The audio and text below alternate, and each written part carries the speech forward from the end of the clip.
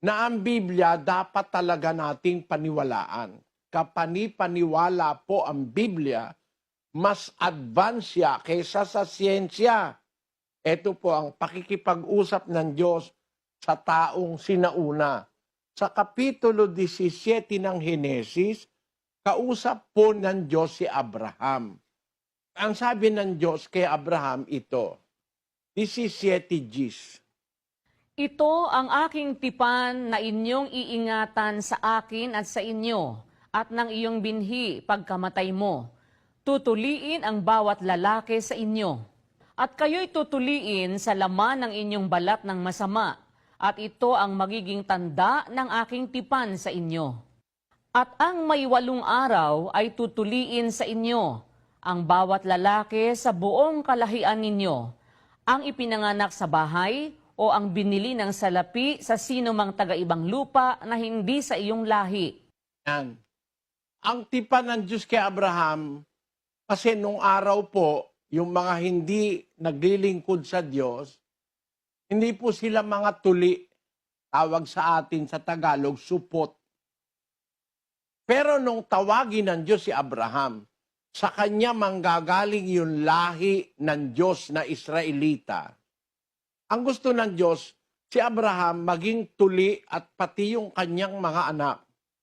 Lahat ng mga bata ipinanganak sa inyo, maging sa bahay ipinanganak o kaya binili nyo o nakuha nyo, naampon nyo, dapat tutuliin. Kailan tutuliin? Sa 8 araw.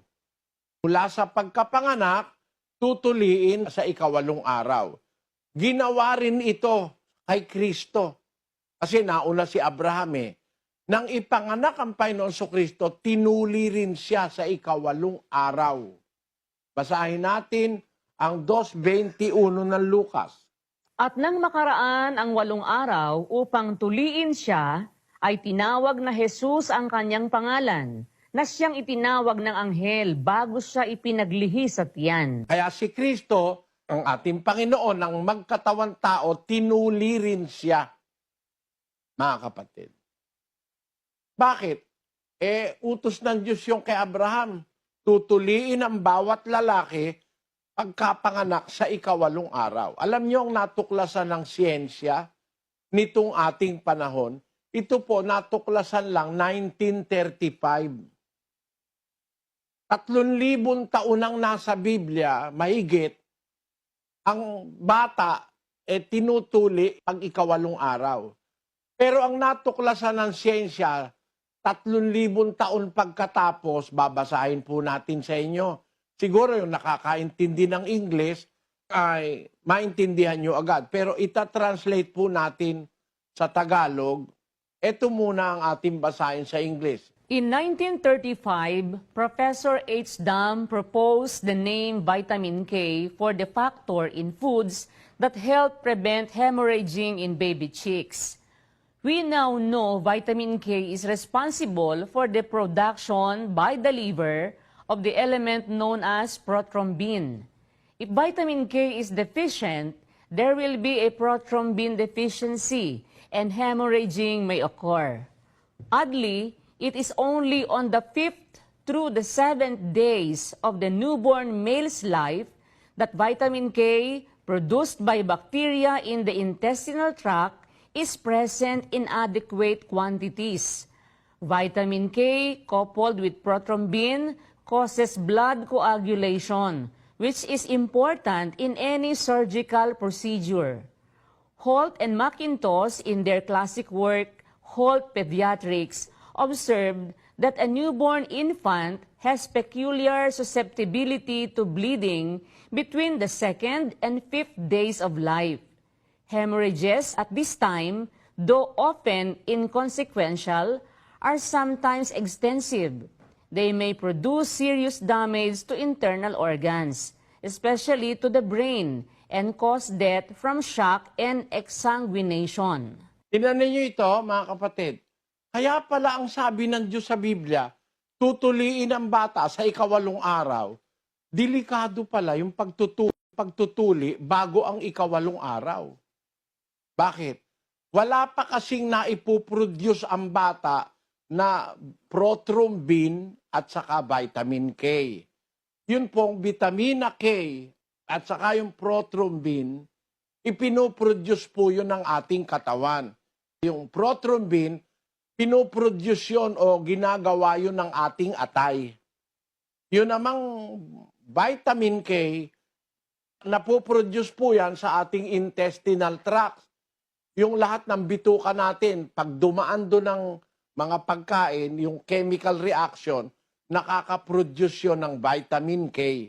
Ano po ang kahulugan ng vitamin K at saka ng prothrombin? Yung vitamin K at ang prothrombin, yun po ang nagkokos ng coagulation ng dugo. Ano po? Ang coagulation sa Tagalog, yung pagkabuo ng dugo. Kailangan po kasi pag tayo nasugatan, yung ugat na tinamaan, kailangan yon magsara para wag magtuloy-tuloy ang pagdudugo. Yun po ang tinatawag na pag-aampat ng dugo o coagulation. Hindi po maaampat ang dugo pagka ang tao o ang bata wala pang prothrombin at vitamin K. Kailan siya magkakaroon nun? Nagkakaroon po siya nun 3 araw pagkapanganak. Pag dumedede na siya, gumagana na yung kanyang bituka at saka yung kanyang digestive system, gumagana na rin ang atay, makakagawa na siya ng prothrombin at saka ng vitamin K. Sa tiyan kasi, hindi pa gumagana yung kanyang bituka yung kanyang digestive system, at hindi pa siya makakapag-produce yung baby, wala pa po yung vitamin K at wala pa rin yung prothrombin. Kaya pag ang bata nasugatan, bagong panganak, delikado, lalo na kung malaki ang sugat, pwedeng magkaroon ng hemorrhaging o tuloy-tuloy na pagdurugo. Hindi basta maaampat dahil wala po siyang prothrombin at vitamin K. Pero pag nag-umpisa na siyang dumede at kumain sa nanay niya, sa 5 araw, meron na siya na pinoproduce na prothrombin at vitamin K. Pero hindi pa po masyadong sapat. Kaya nagiging sapat lang yan mula 5 hanggang 7 araw. Pag 7 araw, marami na siya nung prothrombin at saka vitamin K. Tuliin mo man siya sa 8 araw, hindi na manganganib na siya ay magkaroon ng tuloy-tuloy na pagdurugo. Yan pong tuloy-tuloy na pagdurugo, mga kapatid, mga kababayan, mapanganib po yan. Pagka hindi naaampat ang pagdurugo, maaapektuhan ang puso, ang atay, ang internal organs. O pwedeng maging kamatayan yon. Kaya pala ang Diyos nagsabi kay Abraham, magtutuli siya ng bata 8 araw. Pagka tinuli niya kasi na mas maaga ron, maaring magkaroon ng pagdurugong matagal. Hindi ba pagka ang babae, pag nagdurugo, ang doktor nag-aalarman. Kasi yung pagdurugo ng babae, yung regla, okay lang yun Pero pagka tuloy-tuloy ang pagdurugo mo, may diferensya ka. Ang punto ko po rito, mga kapatid, ganun pala ka-eksakto ang Biblia. Nang sabihin ng Diyos kay Abraham, tutuliin mo ang batang lalaki 8 araw, kasi ang Diyos ang nakakaalam ng ating pagkatao. Alam niyang maaaring manganib ang bata, lalo na nung panahon na yon. Wala naman nun na blood transfusion sa panahon ni Abraham. Biro mo 3,000 taon nang mahigit yung panahon ni Abraham. Isinulat po yung Genesis ay 3,000 taon na nakakaraang mahigit. Yung nasa kaya panahon ni Abraham, babalik ka pa ng 1,000 taon pa. So lalabas yan, mga 5,000 taon na.